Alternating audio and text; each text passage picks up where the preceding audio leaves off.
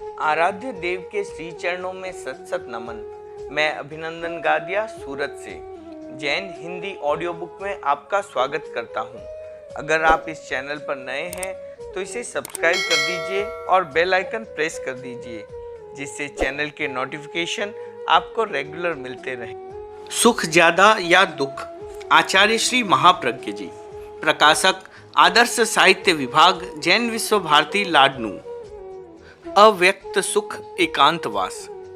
जिज्ञासु शिष्य को गुरु ने सुख के कई सूत्र बताए, किंतु शिष्य की जिज्ञासा ने अब भी विराम नहीं लिया। उसने कहा, गुरुदेव, एकांत सुख के इतने ही उपाय हैं या और भी हैं? गुरु ने कहा, नहीं, उपाय और भी हैं। उनमें से एक है एकांत निषेवणा। सुख चाहिए तो एकांत में रहने का अभ्यास करो। हम व्यवहारिक दृष्टि से विचार करें तो भी ये एकांत वाली बात बहुत अच्छी लगती है। एकांत का सबसे बड़ा फायदा यह है कि इसमें कलह, कदाग्रह और लड़ाई झगड़े के प्रसंग नहीं बनते। सामूहिक जीवन में तू मैं की स्थिति बनी रहती है। अकेला आदमी लड़ेगा किससे? साधना की दृष्टि से विचार करें तो भी एकांतवास की बात बहुत हितकर है, लाभदायी है। समूह के बीच में बाधक तत्व आते रहते हैं। व्यवधान और डिस्टर्ब बार बार होता रहता है। एकांत में इसकी संभावना नहीं रहती। साधना करने वाले को साधक और बाधक तत्वों पर अच्छी तरह से विचार कर लेना चाहिए। क्या है एकांतवास? उत्तराधन सूत्र में कहा गया है, शयन और आसन विविक्त हो, एकांतवास अनिवार्य सा है। एकांतवास के कई अर्थ हो सकते हैं। इसका एक अर्थ है जहां बाधक तत्व न हो, ऐसी जगह में व्यक्ति लोगों के बीच में रहता हुआ भी एकांतवास का अनुभव कर सकता है। दूसरा अर्थ है ध्यान में लीन होना, और तीसरा अर्थ है आंख और कान का संयम करना। बाह्य जगत से हमें जोड़ने का माध्यम बनती हैं हमारी इंद्रियां। इनमें सबसे ज्यादा एक्टिव होती है आंख। किसी के लिए आंख का क्या महत्व है उसे आसानी से समझा जा सकता है। यह ज्ञान का भी बहुत बड़ा स्रोत है। आंख से देखी गई चीज के लिए फिर किसी और साक्ष्य की जरूरत नहीं रह जाती। न्यायालय में आई विटनेस या चश्मदीद गवाह का साक्ष्य मुख्य माना जाता है। आंख का मूल्य जीवन को सुचारू रूप से चलाने के लिए बहुत ज्यादा है, किंतु साधना के लिए यह आंख बहुत बाधक भी बनती है। ये चंचलता को बढ़ा देती है, और चंचलता साधना में सबसे बड़ा विघ्न है। इसलिए कहा गया, आंख का संयम करें। ध्यान करने वाले को सबसे पहला सुझाव दिया जाता है, आंखें कोमलता से बंद करें। आंख जब तक खुली है दुनिया एक प्रकार की है। आंख के बंद होते ही दुनिया दूसरे प्रकार की हो जाती है। भीड़ में अगर आप एकांत चाहते हैं तो आंख को बंद कर लें, आपका काम बन जाएगा। आंख बंद होते ही सारी ऊर्जा भीतर में प्रवाहित होने लगती है, क्योंकि बाहर के सारे विकल्प बंद हो जाते हैं। भीतर क्या है? आंख खुली है तो बहुत सारे प्रश्न एक साथ पैदा होते हैं। आंख बंद है तो प्रश्न नहीं उठते। आंख के संदर्भ में दो तरह की योगिक क्रियाएं चलती हैं, आंख बंद कर ध्यान करना और आंख खुली रखकर त्राटक करना। प्रेक्षा ध्यान में इसे अनिमेष प्रेक्षा कहते हैं। स्थिर और अनिमेष देखते रहने पर हमारी एकाग्रता बढ़ जाती है और बहुत सारे प्रश्न समाप्त हो जाते हैं। भीतर का ज्ञान भी प्रकट होने लगता है। कुछ योगियों और वैज्ञानिकों ने पलकों को झपकने के आधार पर व्यक्तित्व की व्याख्या की। पलकें झपकाते समय व्यक्ति को ध्यान से देखो, उस समय पता चल जाएगा कि व्यक्ति के भीतर क्या हो रहा है। पलकों का झपकना सारे रहस्य प्रकट कर देता है। बड़ों की अपेक्षा बच्चे अपनी पलकें तेजी से नहीं झपकाते। उनकी पलकें बड़ों की अपेक्षा ज्यादा स्थिर रहती हैं। इस तरह बच्चा सहज अनिमेष प्रेक्षा कर लेता है। बड़ों को अभ्यास करना पड़ता है। भीतर की वृत्तियां जितनी ज्यादा उत्तेजित होती हैं, पलकें उतनी ही ज्यादा झपकती हैं। इस तरह हमारी आंख का एकांतवास के साथ गहरा संबंध है। आंख बंद कर आदमी भीड़ में भी एकांत का गहरा अनुभव कर सकता है। एकाग्रता भी एकांतवास है। गहराई से एकाग्रता का अभ्यास कर ले तो भीड़ में भी आप एकांत का अनुभव कर सकते हैं। मैंने जिस प्रकार एकांत में गंभीर साहित्य लिखा, उसी तरह भीड़ के बीच में लिखा, हजारों के बीच में बैठकर लिखा। लोग कहते हैं लेखन के लिए एकांत चाहिए। लेकिन मैंने तो कभी भीड़ में बाधा महसूस नहीं की। यात्रा के दौरान अक्सर ऐसे प्रसंग आते हैं जब प्रवास स्थल के पास शोर शराबा और कोलाहल की स्थिति रहती है, लेकिन हम तो आराम से सोते। एकाग्रता के अभ्यासी हैं तो बाजार और मेले में बैठकर भी आप लिख पढ़ सकते हैं। मैं अकेला रह गया। योगी और साधक व्यक्तियों की बात निराली होती है। एक साधक अकेला चला जा रहा था, पता नहीं कहां से एक दूसरा व्यक्ति आ गया। स्वभाव से वह बातूनी था। जिन्हें ज्यादा बोलने की आदत होती है वे एकांत बर्दाश्त नहीं कर पाते। एकांत उनके लिए सबसे बड़ी सजा है। वह बातूनी आदमी साधक के साथ साथ चलने लगा। साथ चल रहा है और लगातार बोलता भी जा रहा है, लेकिन साधक तो चुप है। आखिर गंतव्य आ गया। दोनों अलग होने लगे तो बातूनी बोला, भाई साहब आप अकेले जा रहे थे, 1 से 2 हो गए तो सफर आसानी से कट गया।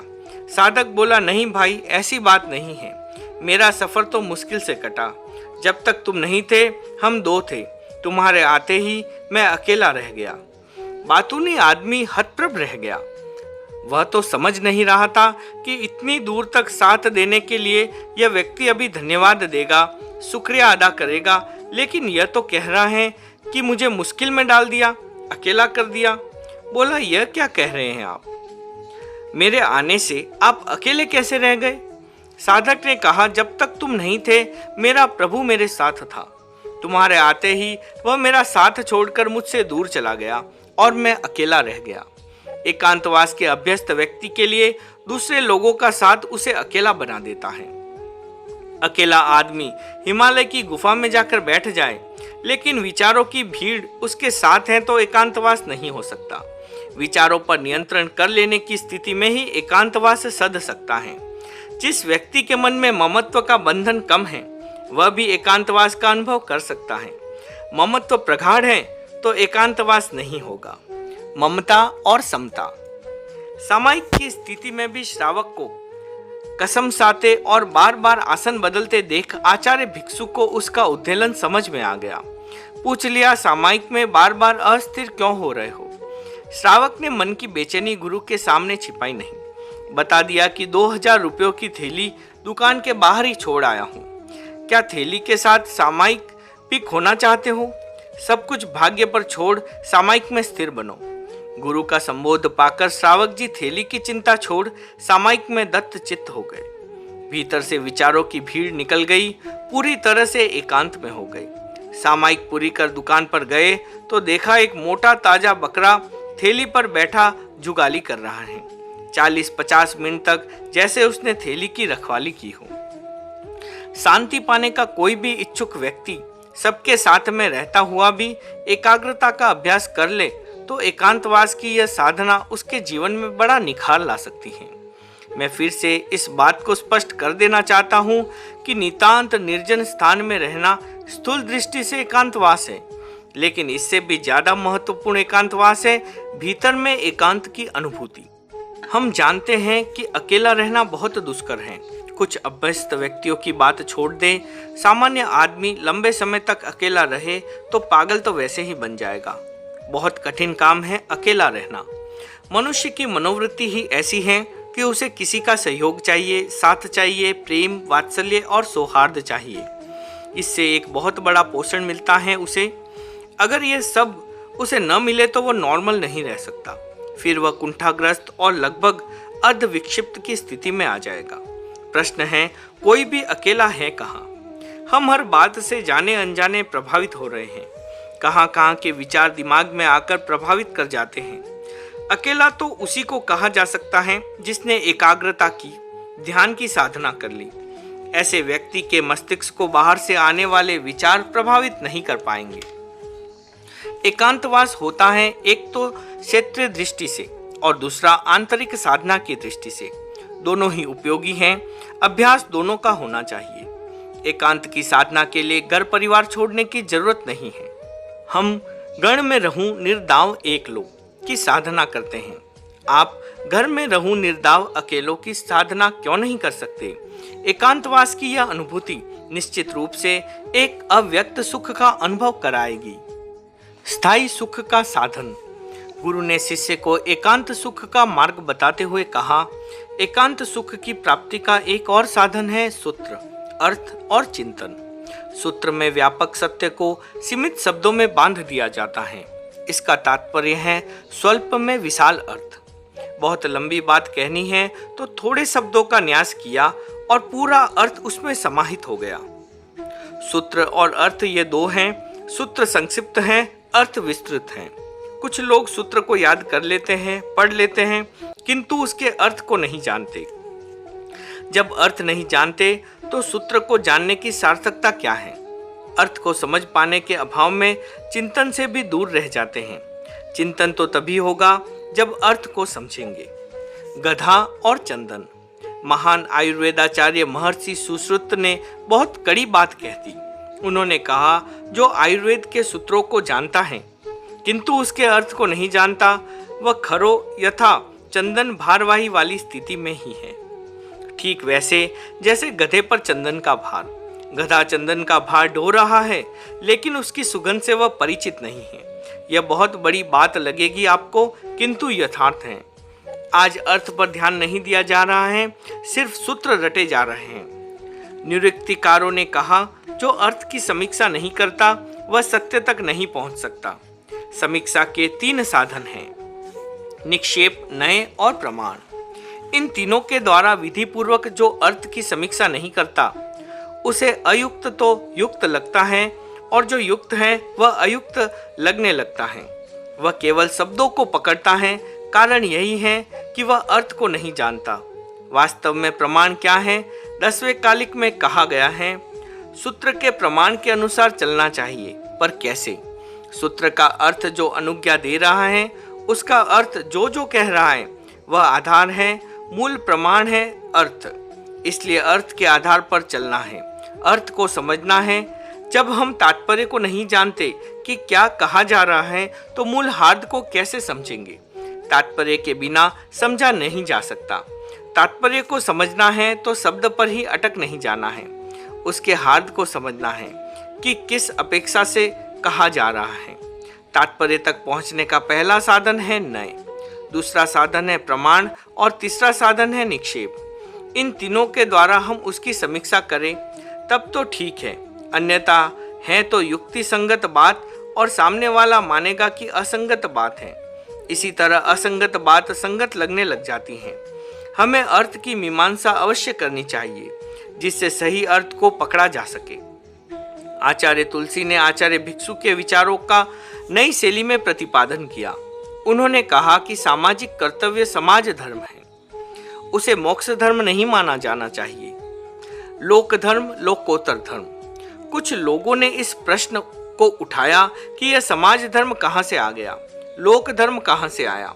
लोक धर्म यानी लौकिक धर्म। लोग मेरे पास इकट्ठा हो जाते। उन दिनों मेरा अधिकांश समय इसी तरह की चर्चाओं में जाता था। वह तेरापन का नवोदय काल था। नए सिरे से सारी बात की मीमांसा हो रही थी। तमाम बातों को स्पष्ट करना पड़ रहा था। लोक धर्म कहाँ से आया? इस प्रश्न के उत्तर में मैंने उनसे पूछा, लोक धर्म को नहीं तो निक्षेप धर्म को तो जानते हो? उन्होंने कहा, हाँ जानता हूँ। धर्म का निक्षेप करो, नाम धर्म, स्थापना धर्म, द्रव्य धर्म। अब द्रव्य धर्म का निक्षेप करो, लौकिक और लोकोत्तर में भेद हो जाएगा। मैंने कहा, देखो निक्षेप में तो बोल रहे हो तुम लोक धर्म और लोकोत्तर धर्म। एक तो लोकोत्तर धर्म है जो मोक्ष का धर्म है और एक लोक धर्म या समाज का धर्म है। स्थानांग सूत्र में धर्म के 10 प्रकार बताए गए हैं। ग्राम धर्म, नगर धर्म, राष्ट्र धर्म, पाषंड धर्म, कुल धर्म, गण धर्म, संघ धर्म, श्रुत धर्म, चरित्र धर्म और आस्तिकाय धर्म। मोक्ष धर्म बताया गया है आत्म साधना के लिए और लोक धर्म है व्यवस्था के लिए। जब सारे निक्षेप उसी के मुंह से करवाए तो उसकी शंका का समाधान हो गया। अर्थ और तात्पर्य को समझना बहुत जरूरी है। जैन साधुओं की शिक्षा पद्धति में यही विधान रहा कि साधु 12 वर्ष तक सूत्र का अध्ययन करें और फिर 12 वर्ष तक अर्थ का अध्ययन करें। आज तो स्थिति यह है कि मुनि की सारी उम्र बीत जाती है सूत्रों को पढ़ने और कंठस्थ करने में। दूसरा पक्ष यानी अर्थ सीखने वाला पक्ष उपेक्षित रह जाता है। कंठस्थ ज्ञान तो बहुत है भक्तांबर कंठस्थ हैं, कल्याण मंदिर, सिंदूर प्रकर, शांत सुधारस कंठस्थ हैं, 10वें कालिक कंठस्थ हैं, किंतु अर्थ पूछे तो एक में ही सिर दर्द हो जाता है। अर्थ को जाने बिना सूत्रों का कोई उपयोग नहीं हो सकता। शिक्षा प्रणाली के संदर्भ में कहा गया, पढ़मम पोरिसी सज्जाय बियम जानम जियाई। प्रथम प्रहर में कंठस्थ करो, दूसरे में ध्यान अर्थात अर्थ का चिंतन करो। दोनों साथ चलते थे, लेकिन आज वैसा क्रम नहीं रहा। आज साधु साध्वियाँ और श्रावक श्राविकाएं प्रतिक्रमण करते हैं, किंतु उन्हें पता नहीं कि वे जो उच्चारण कर रहे हैं उसका अर्थ क्या है। गुरुदेव ने मूल अतिचारों का हिंदीकरण कर एक सुविधा कर दी कि प्रतिक्रमण के पाठ का अर्थ सब समझ सके। हमारी समणियाँ विदेश जाती हैं। अमेरिका में जब समणियों ने प्रतिक्रमण कराया तो वहाँ के जैन बंधुओं ने कहा कि हमने पहली बार प्रतिक्रमण के अर्थ को समझा है। सूत्र का अपना महत्व है, किंतु अर्थ को जाने बिना बात पूरी नहीं होती। अर्थ का सही ज्ञान नहीं है तो वच्चा मेलियम का अर्थ बच्चे के साथ जोड़ दिया जाएगा। ठाणम में एगे आए शब्द आता है, प्राकृत को नहीं समझने वाला इसका अर्थ आगे आया कर देगा। इसका सही अर्थ है आत्मा एक है, हम नए के द्वारा अर्थ को समझे। अद्वैतवादी जो वेदांती हैं वे भी एक आत्मा को मानते हैं, किंतु जैन लोग एक आत्मा को मानते हैं नए दृष्टि से। एगे आया संग्रह नए का वचन है, अगर नए का प्रयोग नहीं करेंगे तो उलझ जाएंगे। एक सुंदर सूक्त है, नत्थि जीर्ण वयणम नय विहूण। एक भी तीर्थंकर का वचन ऐसा नहीं है जिसमें नए की अपेक्षा न हो। नए विहीन एक भी वचन नहीं है। हमें समझना होगा कि किस अपेक्षा से बात कही गई है। आचार्य श्री ने कोलकाता की यात्रा की, उस समय विरोध बहुत ज्यादा था। कदम कदम पर विरोध और आलोचना होती थी। तरुण संघ और उससे जुड़े दूसरे लोगों ने कहा कि बंगाल तो अनार्य क्षेत्र है, जैन साधु को वहां जाना कल्पता ही नहीं है, वहां जाने से मर्यादा का अतिक्रमण हुआ है, और भी बहुत सी बातें कही गई। वहां बवंडर खड़ा किया गया। हमारे समाज के भी कुछ लोग जो विरोध में रस लेते थे वे भी उनके साथ खड़े हो गए। आर्य अनार्य। मैंने उस समय एक लेख लिखा, आर्य और अनार्य क्या है। लंबा लेख था और उसमें मैंने स्पष्ट किया कि यह व्यवस्था तो परिस्थिति वश की गई थी। जब साधुओं के लिए समस्या खड़ी हुई कि ऐसे क्षेत्रों में जाने से कई तरह की बाधाएं आती हैं, चारित्र की अनुपालना में कठिनाई होती है, तो मगध आदि क्षेत्रों को केंद्र में रखकर एक नई व्यवस्था की गई। लेकिन आज समय बहुत बदल गया तो वह बात नहीं रही, क्योंकि परिस्थितियां वैसी नहीं हैं। आज तो अनार्य जैसा कुछ है ही नहीं। आज कहीं भी जाया जाए कोई कठिनाई नहीं है, और कठिनाई हो तो आज भी वही व्यवस्था लागू हो सकती है। उस लेख में आगे मैंने लिखा, इस तरह का एक सामान्य नियम कर दिया कि साधु को इस सीमा में रहना चाहिए, किंतु इससे आगे भी अगर ज्ञान दर्शन चरित्र में अभिवृद्धि की संभावना हो तो मुनि जा सकते हैं। एक अपवाद भी रख दिया। एक सामान्य नियम होता है और एक विशेष नियम, लेकिन नियमों की जानकारी जिन्हें नहीं होती वे वितंडावाद खड़ा करते हैं। महाराष्ट्र भी कभी अनार्य क्षेत्र के अंतर्गत आता था। सम्राट संप्रति का नाम सब जानते होंगे। सम्राट अशोक का जैसे बौद्ध धर्म में विशिष्ट स्थान है, वैसे ही सम्राट संप्रति का जैन धर्म में। जैन धर्म के लिए उसने बहुत काम किया। उसी ने महाराष्ट्र में साधुओं का प्रवेश करवाया। उस समय के वहाँ के लोग न भिक्षा की विधि जानते थे न और कुछ। संप्रति के प्रयासों से वहाँ के लोग जैन साधु की चर्या से अवगत हुए। सामायिक नियम और सामायिक मर्यादाओं में समय अनुसार परिवर्तन होता रहता है। नियम है कि राजधानी में साधु को महीने में 2 बार नहीं जाना चाहिए।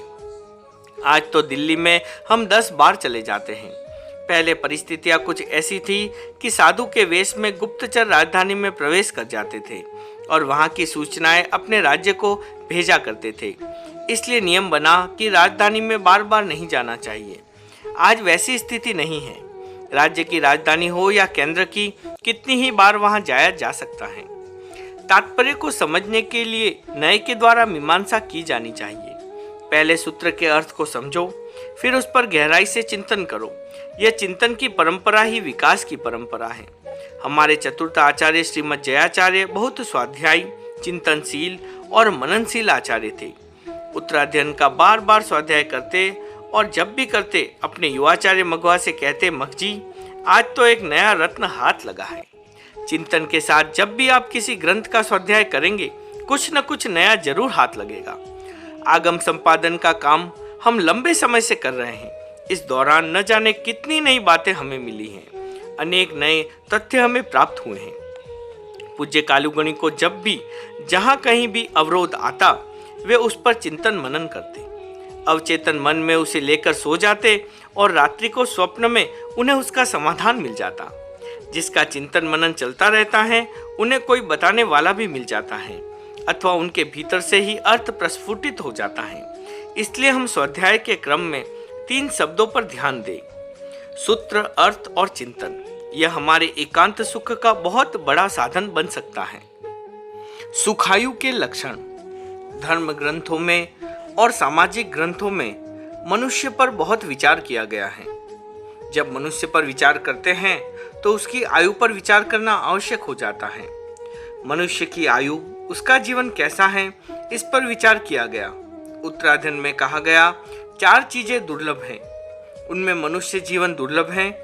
इसका तात्पर्य यह है कि सुखायु मिलना दुर्लभ है और हितायु मिलना और भी ज्यादा दुर्लभ है। जीवन के 2 पक्ष हैं, सुखायु और हितायु। सुखायु का संबंध हमारे पौद्गलिक शरीर के साथ है, इंद्रियों के साथ है, व्यक्ति के पुरुषार्थ के साथ है और सुख सुविधा भोगने के साथ है। जीवन जहां सुखपूर्वक चले, कोई बाधा न आए, वह सुखायु जीवन है। आयुर्वेद के ग्रंथों में सुखायु और हितायु पर बहुत अच्छा विमर्श किया गया। सुखायु के जो लक्षण बताए गए हैं वे बहुत ध्यान देने योग्य हैं। सुखायु का पहला लक्षण है शरीर और मन स्वस्थ हो, रोग मुक्त हो, न शारीरिक रोग न मानसिक रोग। इसके साथ हम एक शब्द और जोड़ दें कि भावात्मक रोग भी न हो। भावात्मकता वाली बात शायद हितायु के लिए ज्यादा अच्छी होगी। रोग अपने आप में दुख हैं। दुखी बनने के कई हेतु हैं, उनमें पहला हेतु है रोग। एक रुग्ण आदमी असहनीय दुख का अनुभव करता है। जिसके कोई रोग है वही जान सकता है कि यह कितना त्रासद है। रोग के कारण रोग की आकृति और प्रकृति दोनों बदल जाते हैं। दूसरों को भी इसका आभास हो जाता है कि इस आदमी को कोई पीड़ा है। सुखायु का जो पहला लक्षण बताया गया है वह पूर्ण आरोग्य की अवस्था, शारीरिक और मानसिक रोगों से पूरी तरह से मुक्त होना। उदासी, बेचैनी, अवसाद, चिंता, ये सारे मानसिक रोग हैं। शरीर और मन से पूरी तरह से स्वस्थ होना सुखायु का पहला लक्षण है। आज से लगभग 50 वर्ष पहले की बात है।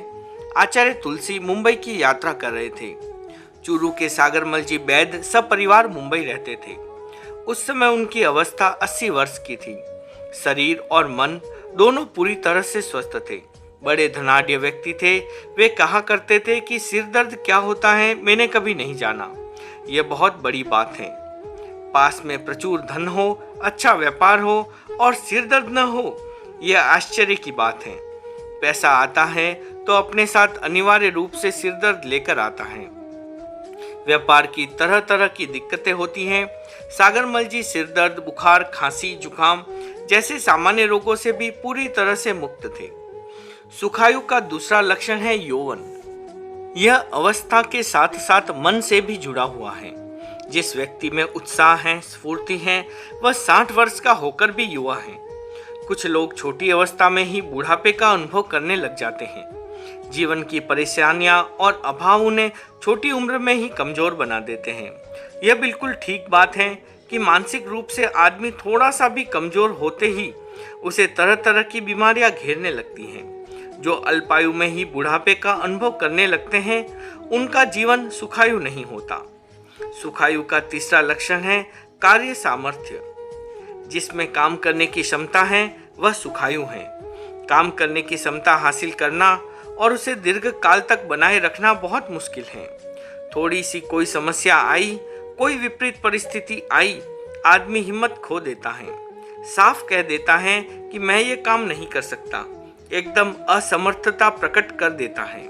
यह दुखायु का लक्षण है, दुखी जीवन का लक्षण है।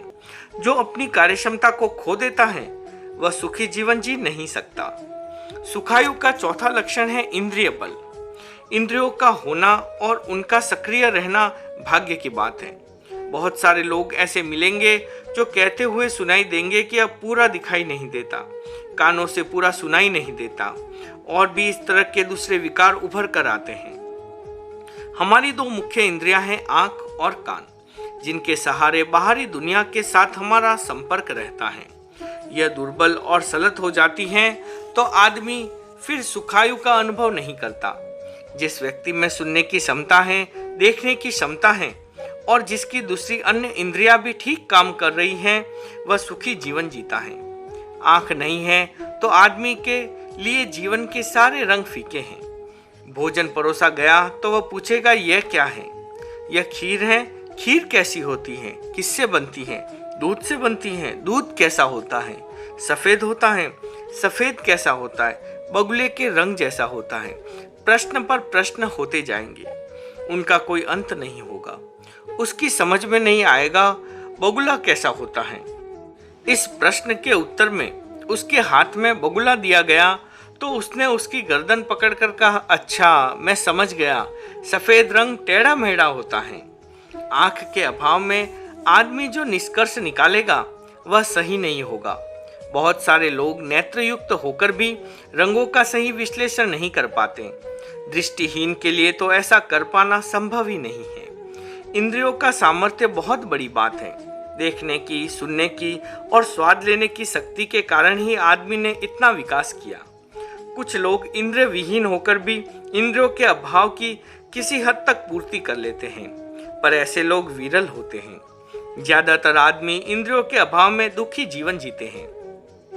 यदि हम गहरे में जाकर विचार करें तो निष्कर्ष निकलेगा कि सुखी और अच्छे जीवन का अगर कोई साधन है तो वह इंद्रिय संपन्नता, इंद्रियों की परिपूर्णता। अहीन पंचेंद्रिय होना बहुत दुर्लभ बात है।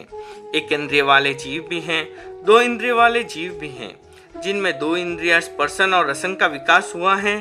तीन इंद्रिय वाले जीव भी हैं, जिनमें स्पर्शन, रस और घ्राण इंद्रिय का विकास हुआ है। इसी प्रकार चार इंद्रिय वाले और पांच इंद्रिय वाले जीव भी हैं। पूरा संसार इनसे भरा पड़ा है, पर इनके जीवन का कोई मूल्य नहीं आंका जा रहा। ये प्राणी हैं, इनमें भी आत्मा है, पर इनके जीवन के लिए उनका कोई मूल्य नहीं है। इसका कारण है कि पांचों इंद्रियां उन्हें एक साथ प्राप्त नहीं हैं। इंद्रियों की दृष्टि से वे परिपूर्ण नहीं हैं। जब पांच इंद्रियों के साथ साथ मन भी प्राप्त होता है, तब कहीं जाकर पूर्णता की स्थिति आती है। पंचेंद्रिय होना और समनस या मन वाला होना वर्तमान की दुनिया में सबसे बड़ी उपलब्धि है। जिसके पास पांच इंद्रियां हैं और मन है, वह दुखी नहीं होना चाहिए।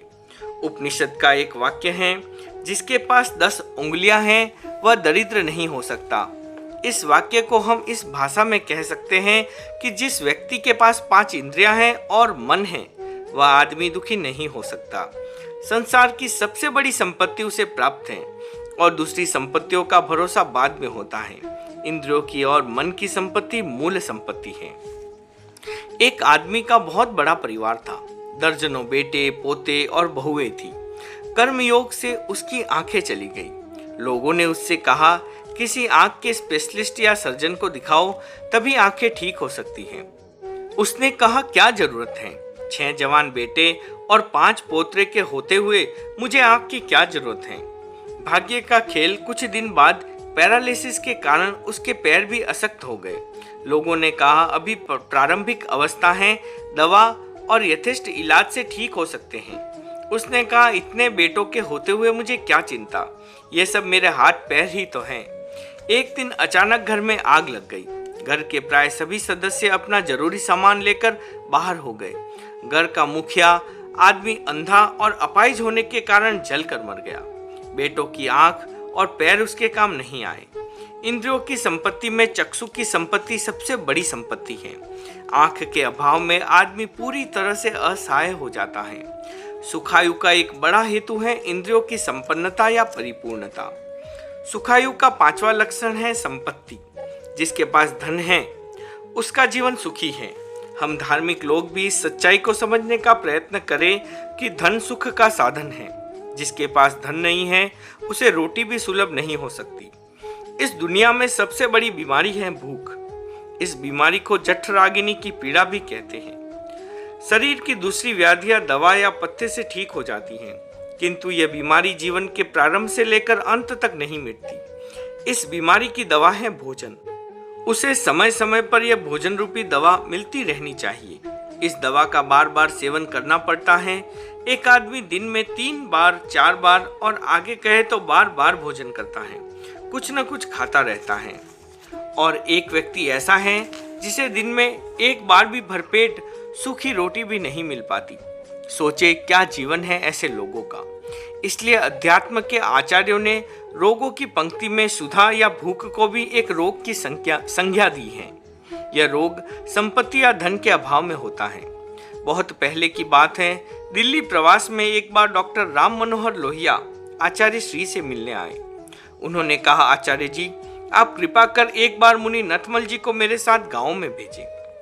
मैं उन्हें दिखाना चाहता हूं कि गांव की स्थिति क्या है, किन विकट परिस्थितियों में आदमी जी रहे हैं। देश के नेता लोग देश की जो तस्वीर समाचार पत्रों और मीडिया के माध्यम से प्रस्तुत कर रहे हैं वह सही नहीं है।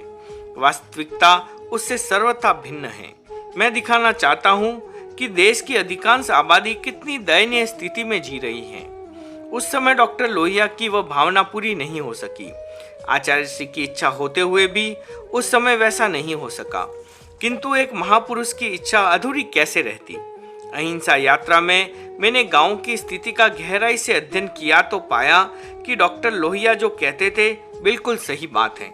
40-45 वर्ष बाद आज ये स्थिति है तो उस समय लोगों की क्या हालत रही होगी, अनुमान भी नहीं लगाया जा सकता। संपत्ति भी सुखी जीवन का लक्षण है। जिसके पास संपत्ति नहीं है, जो गरीब है, वह सुखी जीवन नहीं जी सकता। धार्मिक लोग और अध्यात्म के लोग कभी कभी धन को बहुत गालियां देते हैं, उसे सब बुराइयों की जड़ बताते हैं, किंतु मैंने तो कभी ऐसा नहीं कहा और मैं ऐसा मानता भी नहीं हूँ। धन को मैं जीवन निर्वाह का एक बहुत बड़ा साधन मानता हूँ। धन का दुरुपयोग और सदुपयोग होना यह एक अलग प्रश्न है, किंतु पैसे की शक्ति से कोई इनकार नहीं कर सकता। सबको ये मानना होगा कि इसके बिना जीवन यात्रा ठीक से और सुचारू रूप से नहीं चलाई जा सकती। इसलिए सुखी जीवन का एक लक्षण बतलाया गया है, संपत्ति। सुखायु का छठा लक्षण है कार्य की सफलता। आदमी अपने हर कार्य में सफल होना चाहता है, होता है या नहीं यह अलग बात है। हर आदमी की अभिप्सा यही होती है कि वह अपने हर कार्य में सफल हो। हमारे पास बहुत से लोग आते हैं और कहते हैं, मैंने ये काम शुरू किया है, आप आशीर्वाद दें कि मैं इसमें सफल बनूं। सफलता बहुत बड़ी बात है। आदमी कार्य करे और सफल न बने तो चिंता निराशा से घिर जाता है। सुखी जीवन का बहुत बड़ा हेतु है सफलता। मैंने प्रत्यक्ष देखा, आचार्य तुलसी ने जो कार्य शुरू किए वे पूरी तरह सफल हुए। इस सफलता का उनके मन में संतोष भी था। उनका लोक जीवन में जो महत्व बढ़ा उसमें उनकी सफलता भी एक कारण रही। उन्होंने साधु साध्वियों के अध्ययन और विकास का सपना देखा और उसे अपने जीवन में पूरा होते देखा। गुरुदेव ने 40-42 साल पहले लिखा था, इस समय यह स्थिति है कि हमारे पास एक भी साधु साध्वी ऐसा नहीं जो विद्वानों के बीच में जाकर प्रवचन या भाषण दे सके, आज के प्रबुद्ध आदमी को समझा सके, किसी कॉलेज या विश्वविद्यालय में जाकर अपनी बात को ठीक ढंग से रख सके। यह उनके मन की व्यथा थी। इस दिशा में उन्होंने संकल्प पूर्वक प्रयास शुरू किया और 2 दशक के बाद ही उन्होंने वह स्थिति पैदा कर दी कि संघ के साधु साध्वियां विद्युत गोष्ठियों में नेतृत्व करने योग्य बन गए। बड़ी बड़ी सभाओं और सेमिनारों में विद्वान लोगों को ध्यान से उनके वक्तव्यों को सुनने लगे। आचार्य श्री बहुधा कहते थे कि एक समय था जब हिंदी में हमारा कोई साहित्य नहीं था। कोई आता और पूछता कि कौन सी पुस्तक पढ़ूं तो बताने में कठिनाई होती। आज वह स्थिति हो गई कि लोगों को सोचना पड़ता है कि किस किस पुस्तक को पढ़ें। यह है हमारी सफलता जो बड़े परिश्रम से हमने प्राप्त की। आज हमने सुखी जीवन के कुछ लक्षण बतलाए। जिस जीवन में असफलता है, कार्यक्षमता नहीं है, पास में संपत्ति नहीं है, इंद्रियों का बल भी नहीं है, कार्य का सामर्थ्य भी नहीं है, युवा जैसी स्फूर्ति नहीं है, शरीर रोगाक्रांत है, ऐसी स्थिति में व्यक्ति दुखी जीवन जिएगा। शायद इस बात को ही ध्यान में रखकर आगमकारों ने कहा, मनुष्यत्व दुर्लभ है। कहा जा सकता है कि दुर्लभ कहाँ है, आबादी तो बढ़ती जा रही है। इसे हम तात्पर्य की दृष्टि से समझने का प्रयास करें। मनुष्य जीवन दुर्लभ है, इसे हम इस अर्थ में ले कि सुखायु जीवन दुर्लभ है, हितायु होना तो और भी ज्यादा दुर्लभ है। इस दुर्लभता पर विचार कर आगे की कोई ऐसी योजना बनाएं जिससे दुखायु या दुखी जीवन का अनुभव न करना पड़े। ओम अरहम।